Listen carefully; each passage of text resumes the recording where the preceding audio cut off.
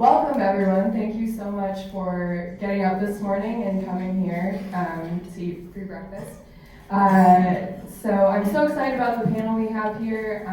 We have Joe Daniel with the Union of Concerned Scientists, who's going to be presenting his research, and we have Annie Levinson-Falk with the Minnesota Citizens Utilities Board, Commissioner Rich Glick of the Federal Energy Regulatory Commission, Sarah Freeman from the Indiana, which one is it?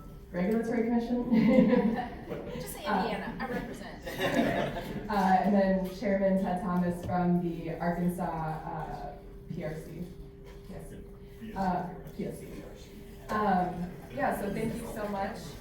We're going to start with Joe's research, and then we're going to go into a few individual questions with the panelists, and then I'm sure you all will have questions at the end, so we'll get into a Q&A at the end for the audience. So hold your questions. Joe, do you want to take it away? Sure, thank you. Is this on? Can you guys hear me? No, okay.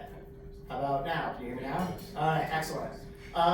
So one more quick housekeeping item is that we are video recording this presentation, and a copy of the slides and the video will be sent to those who provided contact information through pre-registration or if you dropped off your business card. So if you didn't do that and you would like a copy of this content, please do that before you leave at the end of the panel.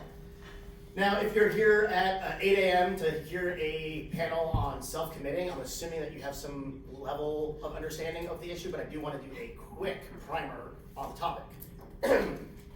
So most of us think of electricity markets as operating in merit order from lowest cost to highest cost, with the highest cost resourcing setting price. But that is an oversimplification of how the grid works. I think you know that, and one of the complicating factors is the practice of self-committing, which essentially allows an operator to cut in line and operate during hours of the day or days at a time when its production costs exceed the market price. Now, when this happens, the production costs that are incurred are either going to be a loss if you're a merchant utility, or if you're a vertically integrated utility that has cost recovery, you're recovering those above market costs on customers. But it's not just customers who are impacted, the whole grid ends up being affected. So if that power plant weren't operated, there's some other power plant that would have served those energy needs. And by self-committing, those resources are not being called. Those lower cost resources aren't being called. Also, those resources that would be called are presumably marginally more expensive than the resource that set the price. So you would expect market prices to go up a little bit. Now, there was a time when it made sense to self-commit because the market prices never dropped below coal-fired power plants' production costs. But that's not the reality that most coal plants are facing today.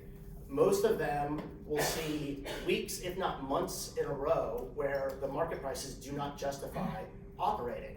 And some utilities have begun reacting to these price signals. They've started to cycle their coal plants. They've begun to operate seasonally. One coal utility told me they're calling it a coal holiday. They are responding to this, but not everyone is responding to this. And there's a large swath of the fleet in wholesale markets that is simply operating at an economic loss. There's been a lot of research out there about this topic in the last couple of years, and I want to give a special shout out to the author of the most recent report, Jeremy Fisher, who's sitting over there. He dropped off some copies of their report, so if you want a copy, there's some at the front desk.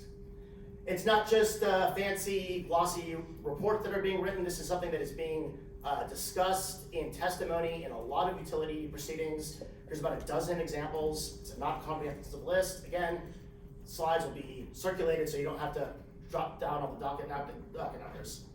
All right, so there's the primer to kind of set the table. And now I want to talk about the UCS's preliminary results from a forthcoming report that we're calling Used But How Useful.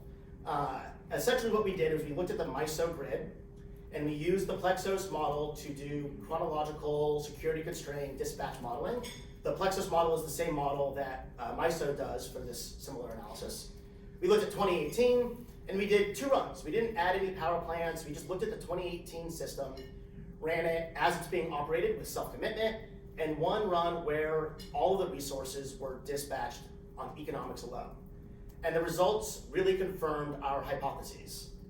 Market prices would go up if all of the resources were dispatched economically.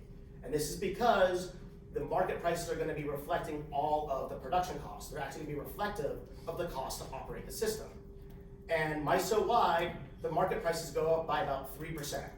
A little bit above 3% in the MISO North states, a little bit below 2% in MISO Southern states, and average out to about 3%. A lot of people get really nervous when they see wholesale market prices going up. But what's interesting is that while wholesale prices go up, production costs, the cost that consumers pay, would actually go down. And they would go down by some 11%. So market prices would go up, and costs to the customer would go down. And what this means is that the market surplus, the relative profitability of the MISO system, would actually improve by 64%.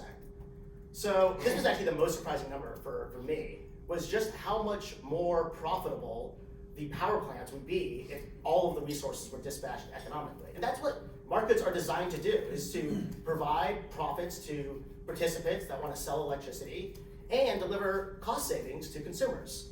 So when the system is dispatched economically, you have a much healthier market. Consumer costs go down, market profits go up. And now I know I'm going to lose all of you on the next slide, because you're all going to be looking for the utility that serves you, or that you work for, or that you regulate, and it's small text, so none of you can read it. But again, if you give us your business card, we will send you this slide. I want to just very quickly tell you what it's supposed to be illustrating. It's not all utilities are engaging in this practice equally. There is a distribution, there's a tail to that distribution, and this number shows in the counterfactual what is the total increase in profitability of the coal fleet by utility. So if a utility was losing $100 million when it self-commits, and if it stops self-committing and it would make $20 million, that's a $120 million swing.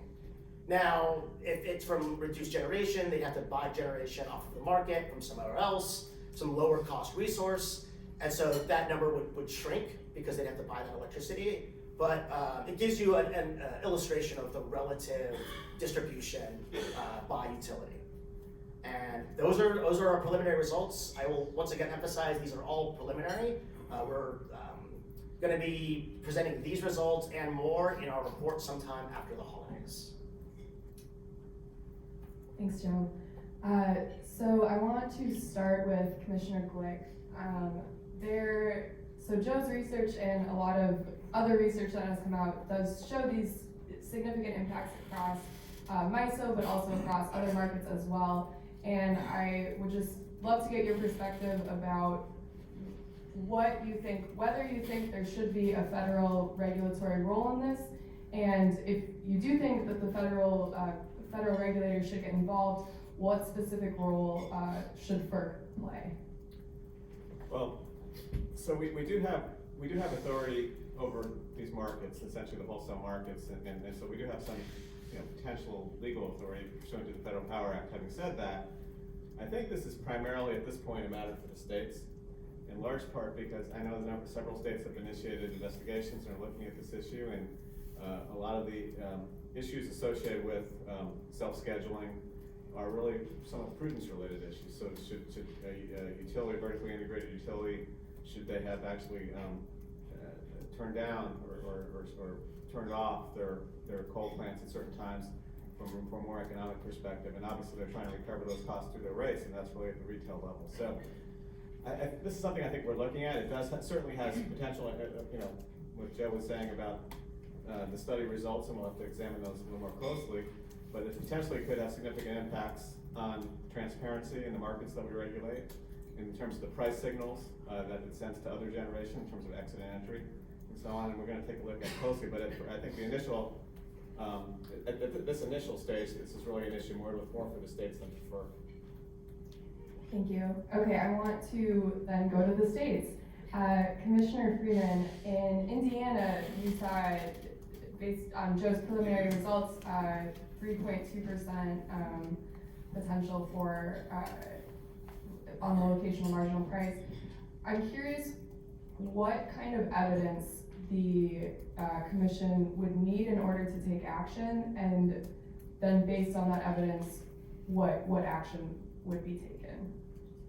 Sure, and I'll talk a little bit about how we do conduct our prudency reviews in Indiana, as Commissioner Glick just mentioned. I wanted to make a joke that, well, once we saw the 3.2%, we went to our really deep bench of staff and used all the extra funding we had to buy our own Plexus model. but I didn't think it would pass muster here. So,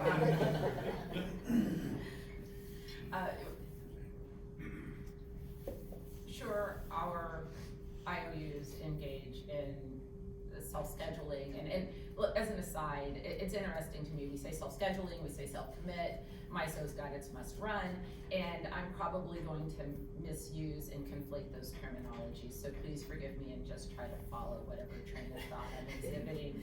All of our IOUs submit quarterly fuel adjustment clause filings with us, and Indiana has, I think, very, very strong confidentiality rules that protect filings made with the commission, which is beneficial to us and to our utilities and thus to consumers in Indiana.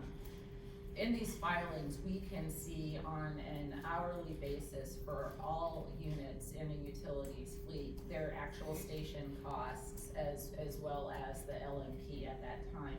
And that really gives us the visibility we need to evaluate whether their practices are on the whole benefiting Indiana consumers.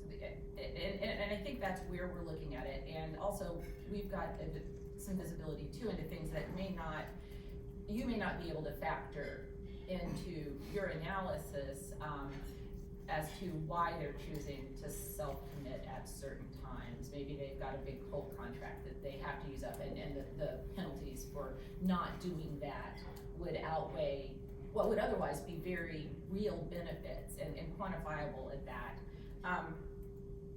I think I agree and disagree with Commissioner Glick on whether it is a state issue. I think it might be a game of hot potato at some point, because we have a role, definitely, but I also think there's a regional role to be played, and perhaps that would be at the RTO level. Ed, Allison, I know I saw you guys from MISO out there. Ed's studiously looking at his phone as if he doesn't hear me. But it's something that the utilities and the the commissions and the RTOs could do together, taking a deep dive look into the regional resource mix as if it were almost a single utility, and maybe find a way to optimize unit by unit which ones are being run at what time to achieve the kind of really favorable economic numbers that Joe's describing, because that's what everybody wants. Thank you. So you mentioned that essentially sometimes there are necessary reasons for utilities to self-commit. And I was wondering if you or Chairman Thomas, one of you, could talk about either where you've seen this issue raised within your own dockets, and then where, I guess, where you have found utilities are either defending the practice or using it for legitimate reasons. There are some legitimate reasons to do this. I view those as essentially exceptions that prove the rule. One of them is to say if you have a take-or-pay coal contract and you're going to pay X amount of money regardless if you take any delivery at all.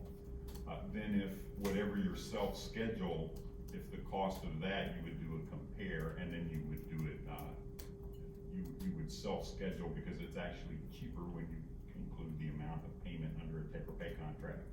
There's times when there are must-run units, reliability issues. Of course, we have NERC and a number of standards to determine whether we really have those. You might have a unit that's on the border of two RTOs, and it gets dispatched into one of them, and then it's running anyway. So if it's running anyway, do you want to run it at half speed, or do you want to run it at full speed because it's dispatched to one RTO and then it would self-commit to the utility that co-owns it in another RTO. So there's times when that can happen, but they're really exceptions that prove the rule, and if those instances are happening, what folks need to do in the utility world is to meet analysis with analysis. This is, in my view, is credible, rigorous analysis and the appropriate response if these exceptions apply, or for folks to articulate what's going on operationally. Great, thank you. And then, so if you have analysis on analysis, what do you think is an appropriate response for a state regulator? Well, to me, there's a number of things, formal, informal, then there's suggestions, and there's carrots, and there's sticks. My normal approach in these things is to start with informal suggestions, because that's easy, and then proceed until collision. We've already done the informal suggestion. Joe has presented it on OMS. I've raised this in a question in a hearing, and we're saying it now. So if you're the subtle listening utility type that wonders what your regulator is thinking, if you're in my jurisdiction, you've already heard that. Then proceeding up the chart, a carrot, R Street, Travis Kabula has presented analysis in terms of the fuel clause. A lot of these things come back through the fuel clause, and if you give, if in their pass through they're 100%, and this is going to be a rough example, but you might say that passes through at 98%, and for the remaining 2%, it might be 0, 1, 2, 3, or 4, depending on a performance benchmark.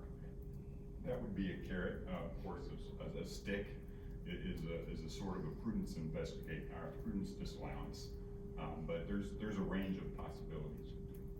Great. Okay, I'm going to switch over to the consumer advocate side. Annie Levinson-Falk, my question for you is, so Minnesota's in the same boat as Indiana.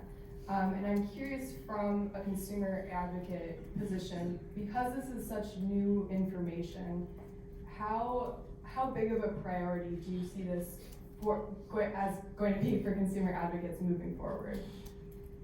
Yeah, I think that's an interesting question. As a consumer advocate, we're constantly kind of stretched for resources, so we have that question on a lot of different issues that we want to make a top 5 priority for us. This is probably one of them. So I think part of it's going to depend on the analysis. You all probably couldn't see Joe's slides, but I had the opportunity to look at them earlier, and for our 2 biggest electric utilities, his numbers showed on an annual basis almost $60 million a year for Xcel in Minnesota, and 15 or 20 for Minnesota Power. So those are substantial numbers.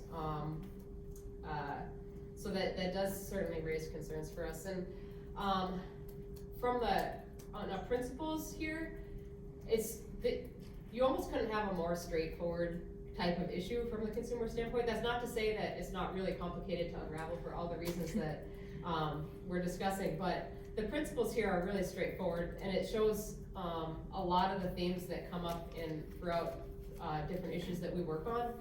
So, I mean, first of all, just the importance of regulatory oversight, that we weren't aware that this was going on, and I think when it's brought to attention, really got a lot of folks' attention, and as clearly this is a problem with the way that plants are operating and the costs are being shared.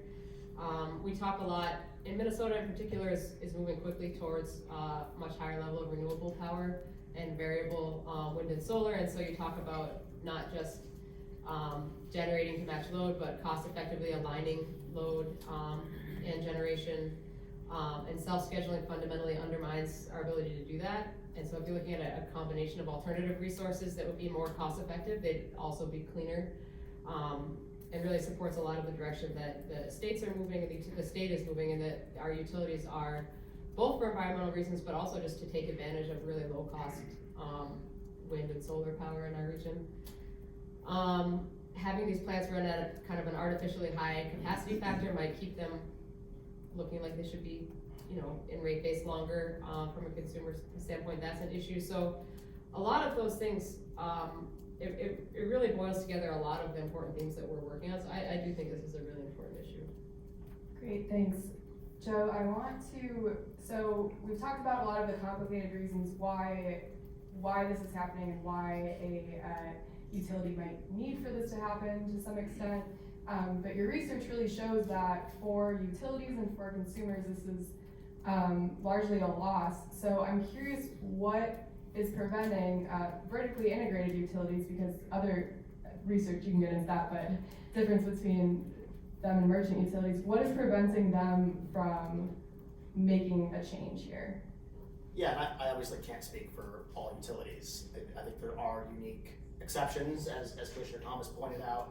I will say that one of the issues that I think is a faulty logic and faulty fuel accounting practice, where those liquidated damages from the take-or-pay contracts are used to discount the fuel costs, and then they don't think about the opportunity cost to burn that fuel when prices are higher. And I actually just published some research, or presented some research a couple weeks ago, about better accounting practices for fuel. So if that's the issue, if those are the numbers, then you can do the accounting and you can look at the contracts and you can dig in. And a lot of utilities don't do that. They've operated these coal plants for decades the same way, and that inertia plays through in their operational systems. There are some really interesting anecdotes that I've heard, and I think the anecdote that I like to share the most is from one utility who told me that the power plant operators' bonus, that their incentive structure was designed based off of the individual plant O&M budget, and whether they were under budget or over budget. And if they had to shut down that plant because it was going to be uneconomic for a couple of weeks and then start back up, and that wasn't a planned shutdown, that was going to eat away at their O&M budget, and then that plant manager wasn't going to get his bonus. And so there was like an internal incentive structure that was preventing, that was trying to reduce costs at individual plants rather than reducing costs at the system level. And so I think the reason that this is becoming an issue now is because market prices have changed, and some utilities are at the forefront. You know, they're totally exposed to the market, so they were the first actors, and now that information is disseminating and being normalized across all of the other utilities. So it's also worth noting that the very first utility, the way I found out about this issue was that a utility voluntarily switched from self-commitment to market commitment. So, I mean, utilities can do this voluntarily. They don't, Yeah.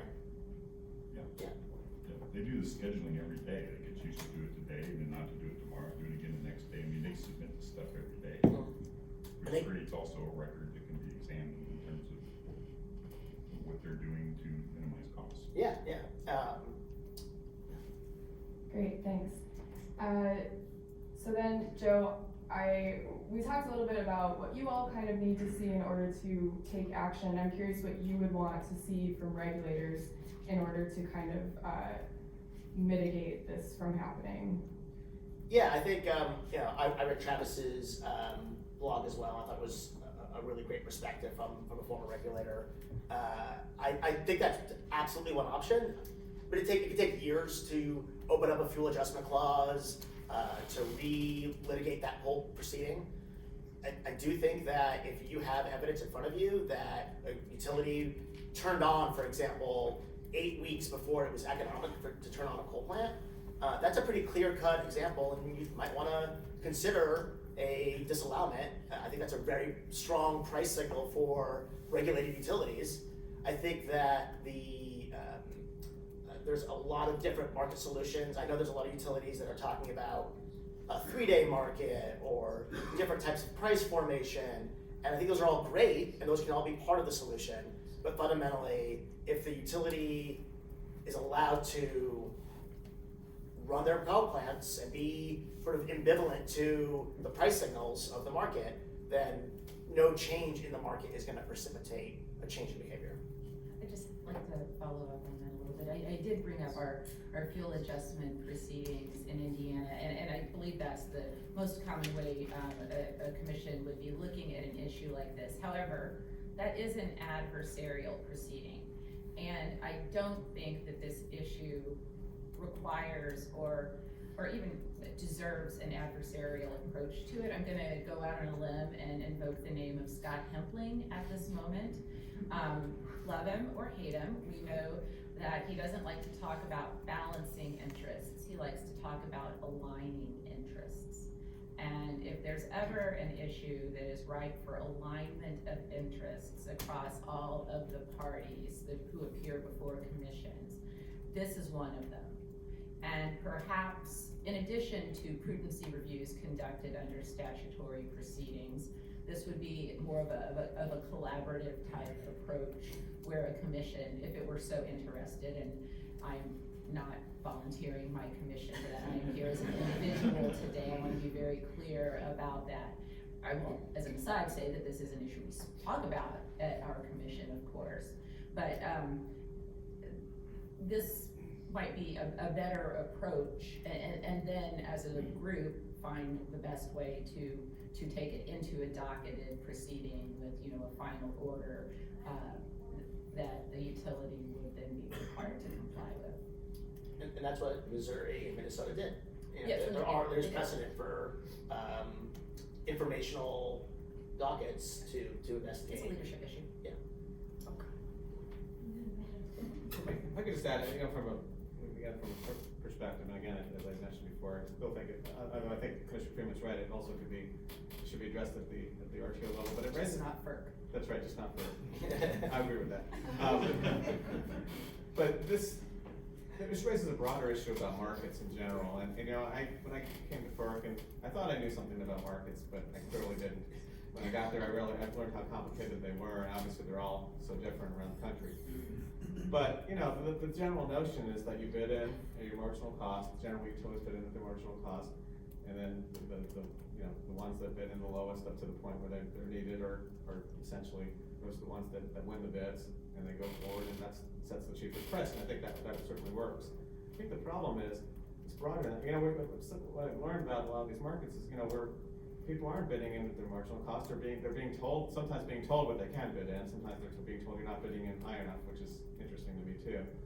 In this particular case, it just strikes me that we're a significant part of some of these markets, particularly MISO and SPP, we're not really having a truly functional market because of this. And so I think it raises a broader question about whether our markets are really functioning well, and whether they're sending, again, price signals that need to be sent. I think should be unsurprising about the research. It turns out that if the entire market participates in the market works better. I mean, that's not unintuitive. Yes, and one point to follow up on those, we have independent market monitors whose job it is to look through the market rules and look for inefficiencies. And this would be a good place for them to look if they haven't already, if they aren't already. And they're also studying the multi-day commitments and some of these other things too, and then that inserts it into the stakeholder process. Right, are there any, besides the multi-day commitments, are there any other steps that you think these markets should be taking that doesn't fall under your jurisdiction? There's one thing, and this is like the iceberg, or the tip of an iceberg of a very big issue that all markets are going to have to deal with, that MISO refers to as demarginalization. All of these costs for dispatch are based on variable cost only, not fixed cost. And that works well when that's the way most units are. But in zero margin isn't just wind and solar, it's also nuclear. That they bid in zero marginal cost, even though none of these units are free, and then later on we take these two different types of costs and put them together to get to the consumers. And demarginalization is when more and more of your units are zero marginal cost, and a narrower and narrower band of them with fuel prices set the price for everybody. So there's kind of a long-term trend where this type of issue and this type of analysis will be increasingly important as time goes by, not just for this specific issue, but for these broader issues as well. Great, okay, I think we're going to open it up to broader Q&A. Yes, you in the back.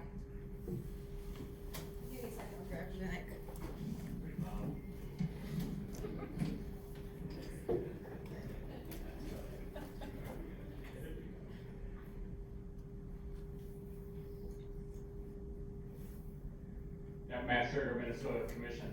Great discussion, great panel. Appreciate the time that Joe, you and your colleagues have put in pulling data together and looking at the issue and the perspectives brought this morning. I do think it's an important issue. In Minnesota, as was mentioned, we've opened a proceeding really to learn about it and gather information. We do think there's some legitimate reasons for self-commitment and self-scheduling, and that there's opportunities to do better and to save customers money. I do feel, and it's my understanding that this is an issue that state commissions have the ability to deal with if they choose. But I wanted to ask the panel a little bit more about a couple of questions that were raised, which were related to how this interfaces with wholesale markets. So I feel like we have the ability to work with our utilities through our state processes to get light of day on this to save money for our customers. But things that have come up, a couple were alluded to here, is there a market monitor question around withholding of power plants if you're not self-scheduling, if you're not putting them into the market all the time? I guess you could offer them fully economic, but there's some questions that have come up. I think we had some preliminary discussion with the market monitor about that. I don't think it's an issue, but I'd like to hear from the panelists. I think there's also potential questions around the reliability commit process, and so I don't know if that's an issue that needs more discussion, but I think ISOs like MISO have built their reliability commit process around a large chunk of this coming in self-commit. I don't think it's a roadblock necessarily, but it's a piece that needs to, in my understanding, evolve and change. And then the development of tools like Chair Thomas alluded to with the multi-day forecast seems like are helpful to be able to commit these units better. So I'm interested generally just to hear from the panel about what is that to-do list for the ISOs in order for the states to be able to do our work to protect consumers.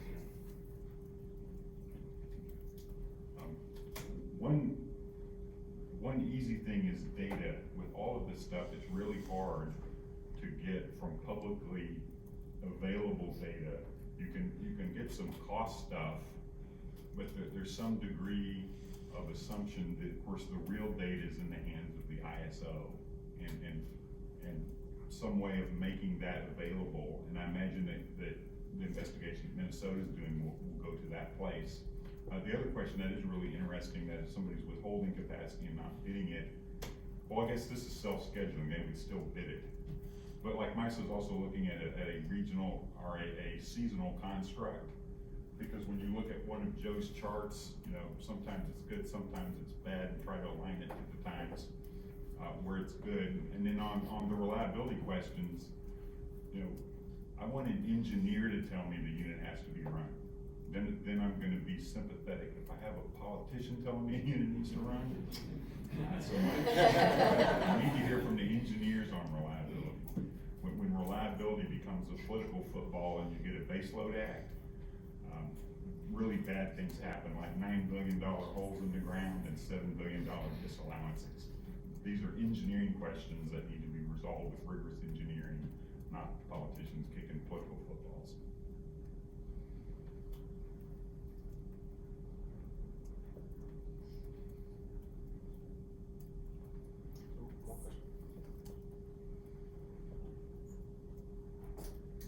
Hi, Jeremy Fisher, Sierra Club, an excellent panel. Thank you so much. I have two questions, just to consolidate. When Joe indicated we've done some research as well, we were finding about 30% market price suppression for 2017.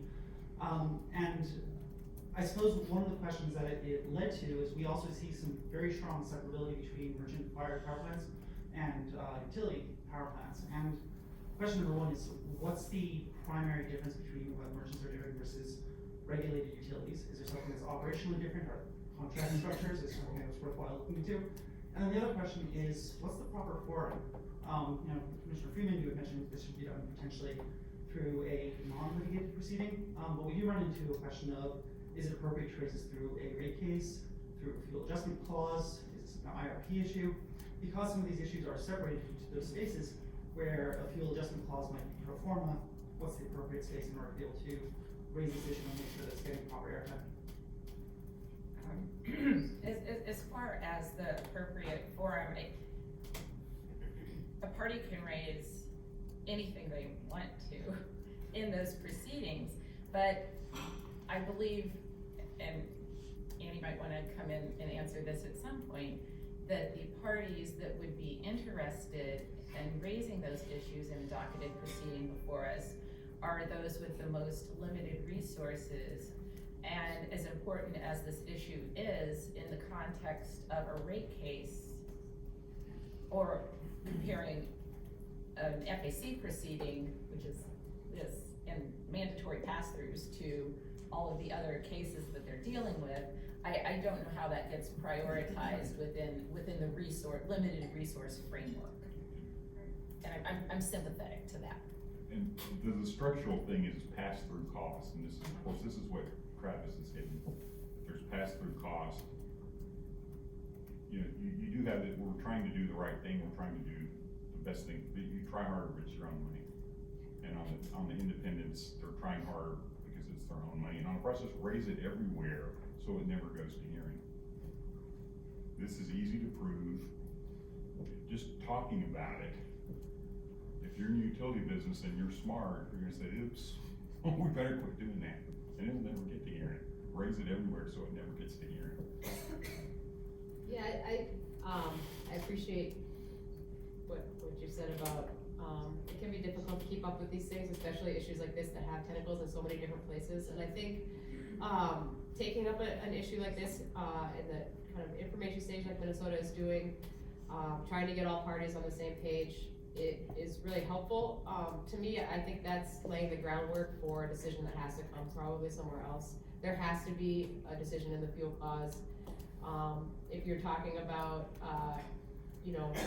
capacity factors and how much these plants should be running, and if they should be headed towards an earlier shutdown than otherwise they would, then it has to come up in the IRP. I don't think there's any other way to do it. And that's likely gonna have rate case implications. And those are all places that we try to be participating in. I mean, we're involved in rate cases and IRPs right now, and so actually the more that you can make those dockets comprehensive and the less that you can kind of segregate issues into other places, it actually makes it easier for an advocate like us to be able to see the full picture. A rate case or an IRP is one of the rare places where we can get a lot of comprehensive information. In a separate docket, first they're hard to keep up with, and there's always an information imbalance. I think it's a little bit more even imbalanced sometimes, the more issues are separated. So I think those three places that you laid out would be the places that we would look for. I'll just weigh in real quickly on that. I actually recently filed testimony in a resource plan and found out after testimony had been filed, after cross-examination, that there had been pages and pages of discussion in a recent fuel adjustment clause case about the issue. And the proceedings were so segmented that even the people who I was working with didn't connect the dots. So I do think that bringing it up over and over again will help utility commissioners connect the dots. And I'll just give one plug to the Union of Concerned Scientists. I've had commissioners call me up and ask for briefings about this issue and ask questions. And I prefer that over having to file testimony and having to be cross-examined. So if any of the commissioners would rather just, call me up or send me an email, I'm very much open to that. So, yeah. And one last thing, well, for me at least, other people might have more last things, but in adversarial docketed proceedings, think about who initiates the proceeding and who drives the narrative. And I think that matters. We want the issues to be raised, but a utility is always the one initiating a proceeding, and that's the way the process is set up, and that is fine. But I find that if you control the narrative, it's much easier. Well, you control the narrative. Bill Malcolm, AARP, just a comment or a question.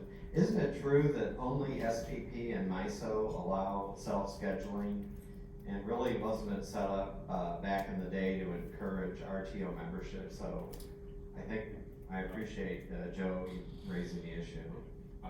I'm not sure the other RTO rules, but I do think that's a really important point. The reason we have this is because RTOs are voluntary, and it was part of the deal to get people in. And of course, now they're in, I think there's been a reasonable demonstration of public benefits, and some of these things that we did on the front end to get people in need to be examined. The market rules do exist in, I think, all the markets. I know in PJM, in ERCOT, SPP, and MISO, I can point to them where they exist. But I'm going to go out on a limb and say ISO New England, ISO allow for it. But if you're a merchant generator and you're building these rules and you're saying, well, yeah, if they want to self-commit and lose money, that's their decision. Really, I think it's become a problem because the markets continue to expand their territory, but restructuring and divestment of the assets did not continue. So you still have now vertically integrated utilities in markets, and that's where the rub is. I believe you have time for one more question or final comments from the panel, either or. Ask Commissioner Freeman a question, so she has to make a second last. Oh, that was just my last statement for that question. That was my last statement.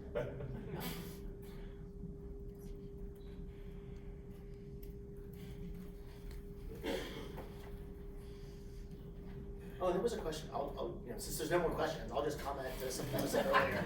You answered the question you wanted to ask. Yeah, exactly. Control the narrative.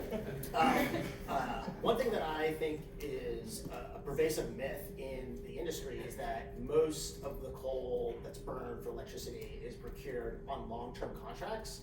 And it actually turns out that there's very little coal contracts on a MMBTU basis that are more than 5 years. About 90% of coal that's procured is on a 5-year or less contract. So a lot of utilities will have a contract for 10% of their coal on a long term, and then some on a 1 to 5 year, and then a lot of spot purchases. And merchants, it's almost 70% spot. And I think that really does influence it. So if utility says, oh, well, we've got a long-term contract and it's got take or pay damages, but it's only for 10% of their total fuel consumption, that's a lot different than if it's for 100% of your fuel consumption and it's a 35-year contract. Yeah, and if it's different than Joe described, your problem morphs. It doesn't go away. It morphs from a self-scheduling problem to a coal procurement practices problem. The problem doesn't go away, it's still exists. Yeah, exactly. So we still have time for final comments? Okay, great. So I'll start with Chairman Thomas, since Joe just answered a question raised. So final statement, sorry. You don't have anything? Okay. No? Bye, everybody. Okay, great. Well, thank you so much, everyone.